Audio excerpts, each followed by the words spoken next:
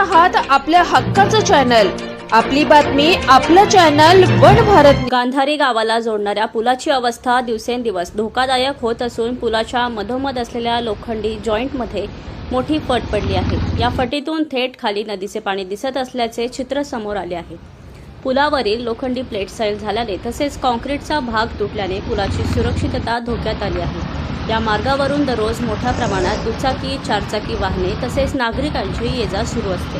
त्यामुळे या ठिकाणी अपघात होण्याची शक्यता नाकारता येत नाही। विशेषतः पावसाळ्यात पुलावर पाणी साचत असल्याने ही फट वाहन चालकांच्या लक्षात न आल्यास दुचाकी स्वारांचा तोल जाऊ शकतो। मोठा अपघात घडल्यानंतरच प्रशासनाला जाग येणार का, असा सवाल नागरिकांकडून उपस्थित केला जात आहे। पुलाची तातडीने पाहणी करून धोकादायक जॉईंटची कायमस्वरूपी दुरुस्ती करावी तसेच नागरिकांच्या सुरक्षेसाठी आवश्यक उपाययोजना त्वरित कराव्यात अशी मागणी होत आहे। अपघात होण्यापूर्वी प्रशासनाने जागे होणे गरजेचे आहे। नागरिकांचा जीव धोक्यात घालून दुरुस्तीची प्रतीक्षा कशासाठी, असा संतप्त सवाल स्थानिक नागरिकांकडून केला जात आहे।